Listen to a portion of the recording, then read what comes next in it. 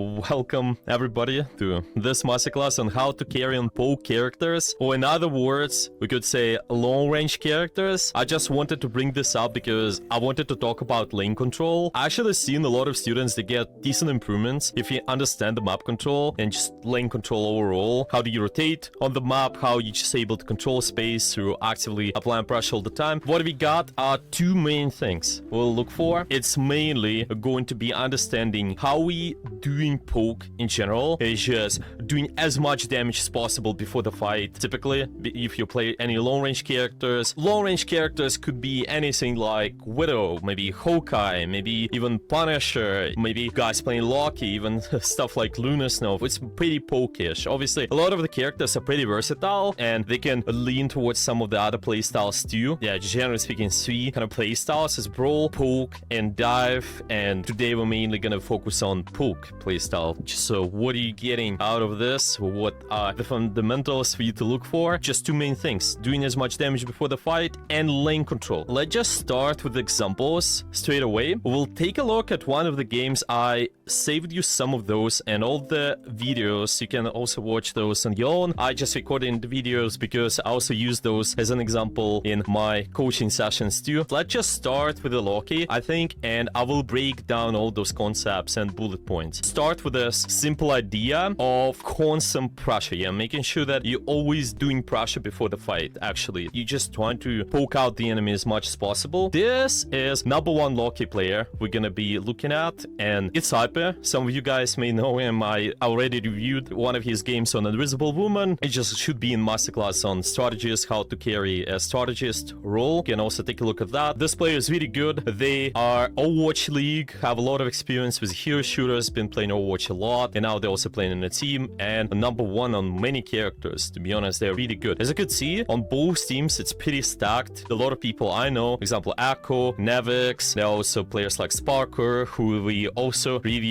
A lot of the good players, actually. So let's take a look. The constant damage output. Right away, you see those players are typically really good at just starting the pressure from those long-range lanes. Yeah, we just want to do as much damage as possible before the fight even starts because of farming ult charge, first off. And we also trying to force out the enemy to do something with their abilities, as we mentioned. You can see specifically for Loki, what is important with the constant damage output is how you place the clone and when you place the clone. See, a lot of times they're gonna be him placing the clone somewhere on off angle. Usually there's a general principle you can follow when you're trying to just place your clones is try to form some sort of triangle on the map. Here, this guy position A and this clone is position B. And maybe in theory, we can also have another clone just near us like C here. This forms triangle and you're trying to form it in a way which allows you to constantly shoot that area which you want. You don't want to just have your clone somewhere where you're not applying pressure, but because you're placing clones in triangles, what it does, we constantly try to go for that damage output, and we also have that escape ability. We getting dived or something, then we can always just try to move away. But the most important is the damage output. By the way, the clones can just divert the attention as well. Falling back now because you need to use the range. You need to constantly apply damage from far too. Even this does a kind of little triangle here. There's one clone here, and maybe you playing to the side here. Another clone was a little bit far up, but it's just maybe we're trying to anticipate the dive or something. Just in general, a lot of pressure towards our front line. We can also save our team with a shift, which is really useful. This ability here, this your lamp in a way. Constantly applying pressure, always doing something there, and later on you see they just put attention on the most active member of their team, anybody who's critical, and trying to rotate. Really important thing is keeping your distance as the long distance character. You're trying to always be active with your damage. They're actually gonna swap from Loki, but we're just gonna look at another perspective. From here, they again gonna be playing Loki on this part of the map on the tag. You will see another idea, and that's where the presentation here will look at your lane control. On any map, you can separate it on 3 lanes, typically.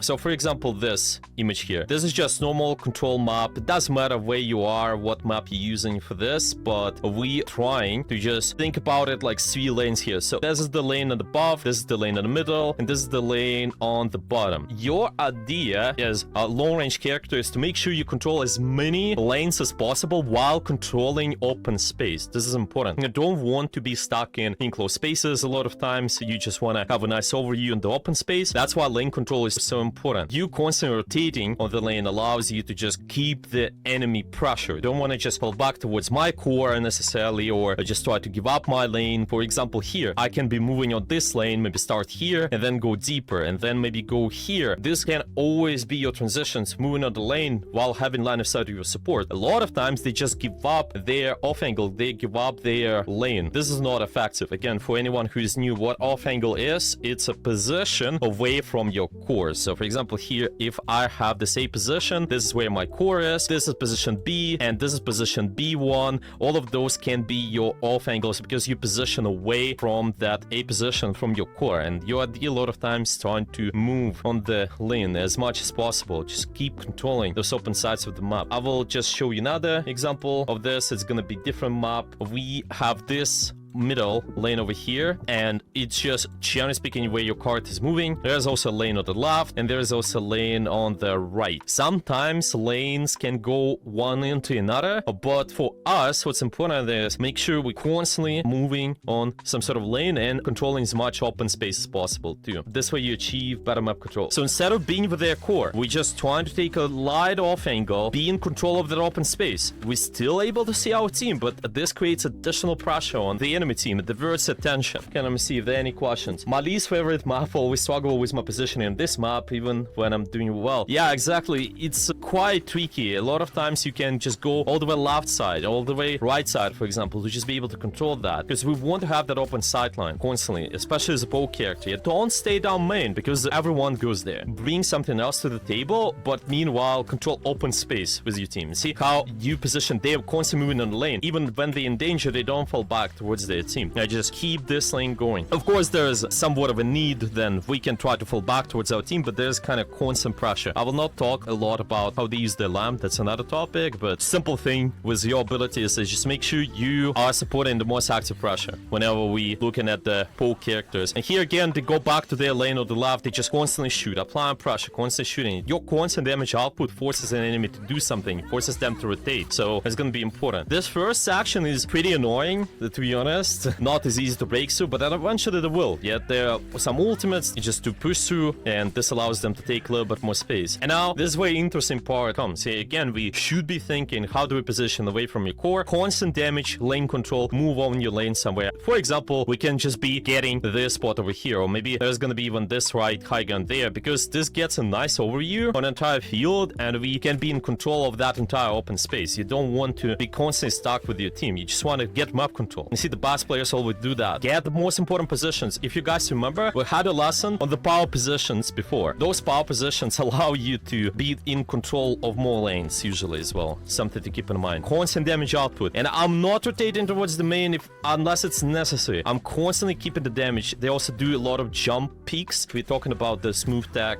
There's just some sort of more pressure you can do if you want to constantly keep your hitbox hidden. You can do more jump peaks and apply pressure this way. And later on, once the fight starts, they just recognize we gotta use the ultimate maybe to just sustain a little bit, especially because they lost one member. They not using it right away though, being patient because it's not needed. That's also a good thing. But yeah, because we eventually gotta do something with that, we just go in, seems just trap that enemy Loki here. Notice what they're gonna do. Again, they will not be stuck on card most likely. I think they just have to move somewhere in the lane, different, off angle. Place the clone, help yourself to just stand here and apply constant pressure, apply constant damage output. You don't want to be positioned on the card, especially here, because they might be recontesting. If they do, you want to give them a dilemma. Either they contest you or they contest the card. Also got two other POEs we'll review, same topics, so it's gonna be simple and concise. And if we look at the clone placement again, more trying to create the pressure in the same area, you will typically see if they're trying to achieve bottom-up control, trying to place it as an in triangle in a way, because we want to give ourselves options what we're doing. And now, what is happening? There's a main lane here, and there's also a lane on the right side and lane on the left. See how they're not diverting plat magnet idea? It's when you are getting pressured, you're just diverting towards that main. You don't want to do that. You don't want to just be glued towards the main if you're in danger. You just try to move in your lane where you're able to do constant pressure. And you will see them do that. Even though you expect the enemy team to push, they just constantly move in their lane. Maybe even try to take that nice off angle over here and just break them up a little, keep the pressure from that lane. We're not with our team. We shouldn't be doing that. Divert attention, keep the pressure up. There's a small idea which I want to bring up as well. Usually, as a PoE character, you want to find a Crossfire with somebody. Who do you find Crossfire with is going to be typically one of the big PoE characters. It's just anyone who do a lot of bursts. So in our case, it can be Hawkeye. If Hawkeye is in this position A, I can be at this position B. Just consecrate the Crossfire. What Crossfire does, it makes it easy for you to shut down the enemy. If enemy will hide from A, you at B might apply more consistent pressure. Let's say they're hiding from you at B while you're pressuring from B, or maybe A can do a little bit more pressure. Yeah, if we're talking about this box, you take a Crossfire in this box and there is somebody hiding behind that box. If this is happening, I can just open up this right side and try to shoot him. What this person will do, they will go left a little bit, but if they go left, then they expose to that angle on the right side. Let's call it A. That's how Crossfire works. It's just simple, but a lot of people don't do that. They just keep getting stuck together. Let's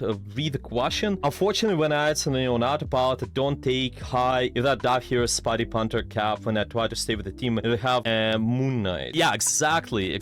I highly suggest you don't want to be stuck with the team. If you're playing versus the dive, yes, you need to have soft angles, kind of line of sight on each other, so you're able to just deny the dive. But it's really bad if you stay stacked up because you allow the divers to take map control and just surround you. You want to poke out the divers by using different lanes. And because you poke out the divers, then they're not able to dive your team. That makes a lot of more sense. Yeah, thank you. Mostly expect them to take an off angle. Again, try to go for different lanes. So there's a lane in the middle and there's a lane on the left. And we can also have a lane on the right. They probably will position at the left. Why? Because you have more consistent damage output from here, more longer range sightline, instead of being the right side where the space is more enclosed, I think. Make sure you create a nice triangle. See one clone over here, another clone here, and there's also another clone to the front. Kinda, usually you can always solve that in a way that plays the clones to different spots, form a triangle with a clone. Sometimes you can stack your clones though. That's what I want to say. If you expect a lot of pressure in one lane, you can do a lot of big pressure on the lane. If everybody's stacked up, especially, you can place the clones in that area, or you can deny a lot of pressure by using your lamp or trying to push them back with general damage too. This is where you expect the clones to be more stacked up on the same lane, but usually we're trying to split our control. We want to control as many lanes as possible.